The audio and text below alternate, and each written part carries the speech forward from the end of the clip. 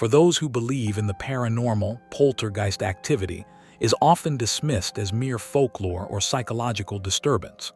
For over 2 centuries, historians, researchers, and folklorists have asked, can a supernatural entity truly target a family with such focused malevolence that it drives them to the brink of madness and death? At least dozens of witnesses, neighbors, religious leaders, and family members claim to have experienced the terror firsthand during what became known as the Bell Witch haunting. Their accounts raise an important question. Just what happened on the Bell family farm in Robertson County, Tennessee, between 1817 and 1821?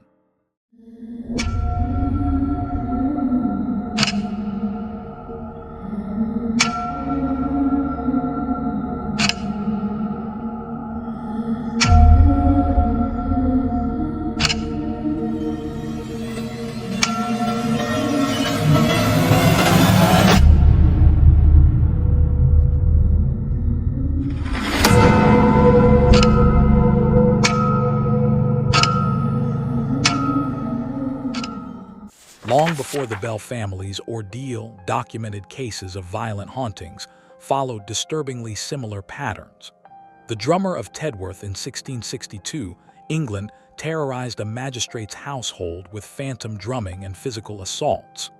The Cock Lane ghost of 1762, London, drew crowds of witnesses, including literary figures like Samuel Johnson, who documented unexplained knockings and apparitions. In Germany, the 1806 Grosserlach haunting featured an entity that spoke directly to witnesses and threw objects across rooms. What made these cases compelling wasn't just the extraordinary claims, but the sheer number of credible witnesses. Magistrates, clergy, military officers, people with reputations and social standing to protect, went on record describing phenomena that defied rational explanation. Many faced ridicule and professional consequences for their testimonies, yet they maintained their accounts until death. By the early 1800s, the American frontier was developing its own catalog of unexplained occurrences. Remote farmsteads, isolated from neighbors by miles of wilderness, became focal points for reports of strange lights, phantom voices, and objects moving of their own accord. Robertson County, Tennessee, settled primarily by North Carolina migrants in the 1770s, was no stranger to such tales. The region's limestone caves, Native American burial sites, and dense forests created an atmosphere ripe for supernatural legends. What set the Bell Witch case apart was its duration, intensity, and the social prominence of those who witnessed it firsthand. This wasn't whispered folklore or second-hand testimony. This was a 4-year campaign of escalating terror, documented by community leaders and investigated by some of the era's most respected figures, including future President Andrew Jackson. The story emerged into public consciousness through multiple sources, but the most detailed account came from Richard Williams Bell, John Bell's son, who published his manuscript, Our Family Trouble, decades after the events. His motivation for coming forward was complex, part historical preservation, part exorcism of lingering trauma that had haunted him into his 60s. Richard Bell had been a young adult during the haunting, old enough to remember every detail with clarity. By the 1840s, when he began compiling his account, he was a respected farmer and community member with no apparent reason to fabricate or embellish. Yet the memories plagued him. He reported recurring nightmares of phantom voices calling his name in the darkness. His hands would tremble when discussing certain incidents, particularly those involving his father's final days. What drove him to document everything was a deathbed promise to his sister Betsy. She made him swear that the truth would be preserved, that future generations would know exactly what the family endured. Betsy herself refused to speak publicly about the ordeal after 1821, but she provided Richard with detailed journals and correspondence she'd kept hidden for decades. The journey to publication was fraught with hesitation. Richard consulted with physicians, wondering if what his family experienced could be explained by shared delusion or environmental factors. He submitted portions of his manuscript to newspaper editors, only to withdraw them, fearing ridicule. It wasn't until prominent folklorist Harriet Parks Miller encouraged him that he finally allowed the full account to be preserved. The personal cost was significant. Some neighbors who'd witnessed the events denied their previous testimonies, uncomfortable with renewed attention. Others in the community accused the Bell family of perpetuating a hoax for attention or sympathy. Richard found himself defending not just the veracity of his account, but his entire family's reputation and his father's memory. On an August evening in 1817, John Bell, a prosperous farmer and community leader in his late 50s, was inspecting his cornfields along the Red River bottomland when he noticed something that made him stop mid-stride. Among the corn rows sat an animal unlike anything he'd encountered in decades of frontier living. It had the body of a large dog, but its head was distinctly rabbit-like, with elongated ears and a twitching nose. The creature's eyes reflected the late afternoon sun with an unnatural copper gleam. Bell raised his rifle and fired. The shot echoed across the fields. The creature should have dropped or at least fled. Instead, it simply vanished, not running into the corn but disappearing as if it had never existed at all. Bell walked to the spot where it had been sitting. The corn stalks were undisturbed. No blood, no tracks, no evidence that anything had been there. He told himself it was a trick of the light, perhaps heat exhaustion from hours in the summer sun. The metallic taste of unease lingered in his mouth as he walked back toward the farmhouse, but he dismissed it. A practical man didn't dwell on such things. That night, the sounds began. The Bell home was a sturdy two-story log structure, well-built and maintained. The family, John, his wife Lucy, and their 9 children, had lived there for years without incident. But on this night, something changed. Around midnight, the household awakened to heavy thuds against the exterior walls. The sound moved methodically around the house, first the north wall, then the east, south, and west. Each impact was forceful enough to shake the windows in their frames. John grabbed his rifle and lantern, calling for his sons to follow. They burst outside, weapons ready, nothing. No animals, no intruders, no explanation. They inspected the walls by lantern light. No damage, no marks. The ground beneath the windows showed no footprints despite the soft summer earth. The night air was unnaturally still, no wind to account for fallen branches or debris. When they returned inside, the sounds resumed. This time they came from the roof. Footsteps, or something approximating footsteps, paced back and forth across the wooden shingles. John went outside again. Again, nothing. This pattern continued for hours. The moment anyone stepped outside to investigate, the sound ceased. When they returned indoors, the disturbances resumed with renewed intensity.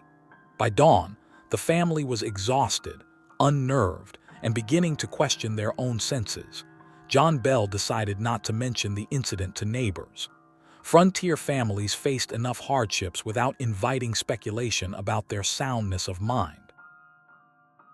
For weeks, the disturbances remained confined to nighttime. Scratching sounds moved through the walls. Chains seemed to drag across the floor above the bedrooms, though the attic contained no chains. The children reported their blankets being pulled off in the night, leaving them shivering in the darkness. Lucy Bell, a devout woman who'd helped establish the Red River Baptist Church, suggested the family pray together. They gathered each evening, reading scripture and asking for divine protection. The disturbances only intensified. By September, the entity, whatever it was, had developed a disturbing new capability. It began making sounds that approximated speech. At first, it was indistinct muttering, like voices heard through thick walls. The words were unclear, but the tone was unmistakably hostile. The cadence was wrong somehow, too fast and then too slow, as if the speaker was learning how human vocal patterns worked. The family's teenage daughter, Betsy, became a particular focus of the entity's attention. Objects in her room would move when she entered. Her hairbrush flew across the room. Her mirror shattered without being touched. She reported feeling unseen hands pulling her hair and slapping her face, leaving visible red marks that other family members could see. John Bell could no longer keep the situation private. The visible injuries on Betsy's face demanded explanation. When neighbors asked about the bruises, Lucy admitted something was happening in their home, something they couldn't explain or control. James Johnson, a neighbor and fellow church member, volunteered to spend a night at the Bell home to witness the phenomena firsthand. Johnson was a practical man, a surveyor by trade, known for his level-headed approach to frontier challenges. He arrived with a certain degree of skepticism, expecting to find a natural explanation. What he experienced that night transformed him into one of the entity's most credible witnesses. The manifestations waited until after midnight, as if consciously performing for the new observer. Johnson sat in the parlor with John Bell and his sons, rifles loaded and ready. The scratching began in the walls, then the sound of stones, dozens of them, being dropped on the floor above. Johnson went upstairs with a lantern. The sound stopped. The moment he returned downstairs, they resumed. Then came the voice. Clear now, distinct. A woman's voice, though unlike any woman Johnson had ever heard. The tone oscillated between a whisper and a shriek. The words were deliberate and personal. "Hello, James Johnson, I know why you're here. You don't believe, but you will." Johnson went pale. He later reported that his legs felt rooted to the floor, his hands numb around his rifle. The voice knew his name. It knew his purpose for being there. Around him, the Bell family sat frozen, their faces reflecting a terror born of weeks of similar experiences. The voice continued throughout the night, sometimes singing hymns in perfect pitch, other times cursing with language that made the religious Johnson visibly uncomfortable. It answered questions before they were fully asked. It recounted private conversations Johnson had had with his wife. It demonstrated knowledge no stranger could possess. By dawn, Johnson was a convert. Whatever inhabited the Bell home was real, intelligent, and malevolent. He reported his experience to other church members, and word spread rapidly through Robertson County. The Bell Witch, as it became known, was no longer a private family matter. It was a community crisis. As autumn arrived, the entity focused its hostility increasingly on John Bell himself. The manifestations followed him outside the home now. When he worked in the fields, unseen forces would strike him across the face, leaving visible marks. His hired workers witnessed these attacks, seeing Bell suddenly recoil as if slapped, blood appearing on his lip, with no one else nearby. The psychological toll was devastating. John Bell, once a vigorous man who commanded respect in the community, began to deteriorate. His speech would occasionally slur for no medical reason. His jaw would swell, making eating difficult. He experienced episodes where his tongue would stiffen, rendering him unable to speak for hours. Local physicians examined him repeatedly. They could find no physical cause for his symptoms. The swelling would appear suddenly and disappear just as quickly. One doctor, suspicious of poisoning, tested the family's food and water. Nothing. Another suggested apoplexy or stroke, but Bell's symptoms didn't match any known pattern. The entity itself claimed responsibility. During one of its vocal manifestations, witnessed by multiple visitors to the home, it declared its intention to kill John Bell. The voice stated that Bell had wronged it in some unspecified way, and it would have satisfaction. When pressed for details, the entity's story shifted. Sometimes it claimed to be the spirit of Kate Batts, a neighbor with whom Bell had a dispute over land purchases. Other times it identified itself as a witch disturbed in the nearby caves. On occasion, it claimed to be multiple spirits acting in concert. The inconsistency troubled investigators, but the physical effects were undeniable. Bell's health declined throughout 1818 and 1819. He developed a facial twitch. His hands trembled. Sleep became nearly impossible, as the entity would wake him with shouts and physical assaults. His wife Lucy slept beside him, often witnessing invisible hands appear to grip his throat, watching helplessly as her husband struggled against an attacker she couldn't see. The community rallied around the family. Church members organized prayer vigils. Neighbors took turns staying at the Bell home, hoping their presence would deter the attacks. Nothing worked. If anything, the entity seemed to feed on the attention, becoming more verbose and violent with each passing month. We are deep in the case now. Don't let YouTube bury this file. To keep watching videos like this, you need to like, subscribe, and turn on the bell. Please leave a comment telling me where you're watching this video from. Now, back to the shadows. In early 1819, a wagon train approached the Bell property carrying a party that included General Andrew Jackson, hero of the Battle of New Orleans and future 7th President of the United States. Jackson, who owned property nearby in Tennessee, had heard accounts of the Bell Witch and traveled with a group of men intent on investigating and debunking the phenomenon. According to multiple contemporary accounts, Jackson's wagon inexplicably stopped on the path leading to the Bell home. The horses strained against their harnesses, but the wheels wouldn't turn. The men examined the wagon thoroughly. No mechanical failure, no obstruction. The wheels simply refused to move forward as if locked in place by an invisible force. One of Jackson's men, known for his skepticism, declared loudly that the whole thing was nonsense and he'd come to expose the fraud. According to witnesses, a woman's voice emerged from thin air, addressing the man by name and stating, "I'll be with you later tonight." The wagon wheels immediately unlocked. The group proceeded to the Bell home, where John Bell received them with hospitality despite his deteriorating health. Jackson's party spent the evening discussing the phenomena with family members and neighbors who'd witnessed events firsthand. That night, the entity kept its promise. The skeptical member of Jackson's group reportedly experienced violent manifestations in his room, blankets torn away, invisible hands striking him, and the woman's voice taunting him throughout the night. By dawn, he was begging to leave. Jackson, impressed by what his men had witnessed and by the credibility of the Bell family and their neighbors, reportedly remarked that he'd rather fight the British at New Orleans again than deal with the Bell Witch.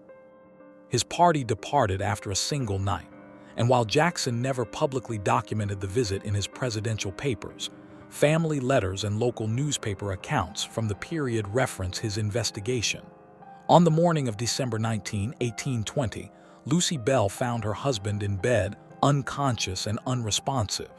His breathing was shallow and labored. His face was pale, his lips slightly blue. The family immediately sent for Dr. George Hobson, the physician who'd been treating Bell's mysterious ailments.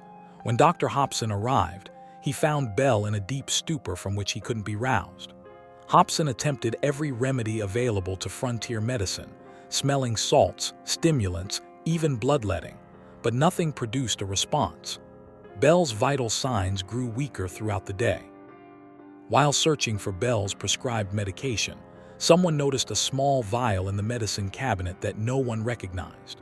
The dark liquid inside was unfamiliar to the family and the doctor. Hobson carefully removed a single drop and placed it on the tongue of the family cat to test for toxicity. The cat convulsed violently and died within minutes. Before anyone could properly process this discovery, the entity's voice filled the house, louder than ever before. According to witnesses present, it declared triumphantly, "I gave him a dose of that last night, and another this morning which fixed him." The entity laughed, a sound multiple witnesses described as the most chilling thing they'd ever heard. John Bell died that evening, never regaining consciousness at the age of 70. The funeral was held 3 days later at the Red River Baptist Church. According to accounts from several attendees, the entity's voice was heard during the service, singing drinking songs and making crude remarks as the minister attempted to deliver the eulogy. Some mourners fled the church. Others wept not just for Bell's death, but for the sacrilege of his funeral being violated by whatever malevolent force had claimed him. The mysterious vial was thrown into the fireplace, where it reportedly burst into blue flames that shot up the chimney. Following John Bell's death, the entity's focus shifted even more intensely to Betsy. At 19, she had become engaged to Joshua Gardner, a young man from a neighboring farm. The entity made clear its opposition to this union, threatening both Betsy and Joshua with harm if they proceeded with marriage plans. The psychological warfare was relentless. The voice would wake Betsy in the night, arguing against Joshua's character and suitability. It would appear when the couple tried to spend time together, making private conversations impossible. Objects would fly through the air when Joshua visited. On one occasion, witnesses reported seeing an invisible force physically push Joshua away from Betsy as he tried to embrace her. The toll on Betsy was severe. She lost weight, her hair began falling out in patches, and she developed a nervous condition that caused her hands to shake. Modern medical understanding might classify her symptoms as consistent with severe anxiety and post-traumatic stress, but in 1821 Robertson County, the cause was clear to all who witnessed it. The entity was systematically destroying her will to live. In March 1821, under unbearable pressure, Betsy broke her engagement to Joshua Gardner. According to her later accounts, preserved through family letters, she loved Joshua deeply, and the decision devastated her. But she couldn't bear the thought of bringing the entity's wrath upon someone else. She married Richard Powell, a man the entity apparently approved of, though by many accounts it was a loveless arrangement born of exhaustion and defeat. Shortly after Betsy's marriage, the entity announced it was leaving. In its final manifestation, witnessed by several family members and neighbors, the voice stated it would return in 7 years. The presence in the house seemed to dissipate like smoke, and for the first time in 4 years, the Bell household knew silence.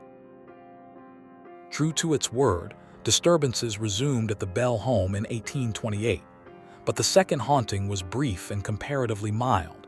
2 weeks of scratching sounds, objects moving, and occasional vocal manifestations. The entity primarily interacted with John Bell Jr., who'd inherited the property, engaging him in theological discussions and making cryptic predictions about the future. Then it announced another departure, this time stating it would return in 107 years, placing that return in 1935. The manifestation ceased, and the Bell family was finally free of the presence that had defined nearly a decade of their lives. Those who believe the Bell family experienced genuine paranormal activity point to several compelling factors. The sheer number of credible witnesses, church leaders, physicians, military officers, and community leaders, all documented similar experiences independently. Andrew Jackson's reported encounter, while not officially recorded in his papers, was referenced in multiple contemporary sources and family letters. The physical evidence, particularly the marks on John Bell and Betsy, were visible to dozens of people. However, skeptics note several alternative explanations. Medical historians have suggested John Bell may have suffered from trigeminal neuralgia, a neurological condition that causes severe facial pain and swelling. This could explain his symptoms and why contemporary physicians couldn't identify the cause. The mysterious vial and poisoning theory remain unproven. The liquid was destroyed before proper analysis, and no autopsy was performed. Some researchers propose that Betsy herself, unconsciously or consciously, might have been the source of the phenomena. Poltergeist activity has long been associated with adolescents, particularly young women under psychological stress. Betsy was at the epicenter of much of the activity, and the manifestations escalated during her teenage years, when she would have been experiencing significant hormonal and emotional changes. Modern psychology might classify this as a dissociative episode or conversion disorder, where psychological trauma manifests as physical symptoms and phenomena. The entity's shifting identity, sometimes Kate Batts, sometimes a witch, sometimes multiple spirits, suggests possible fabrication or psychological disturbance rather than genuine supernatural activity. A real entity, skeptics argue, should have a consistent origin story. Others point to the possibility of elaborate hoax. The Bell family, like many frontier families, faced financial pressures.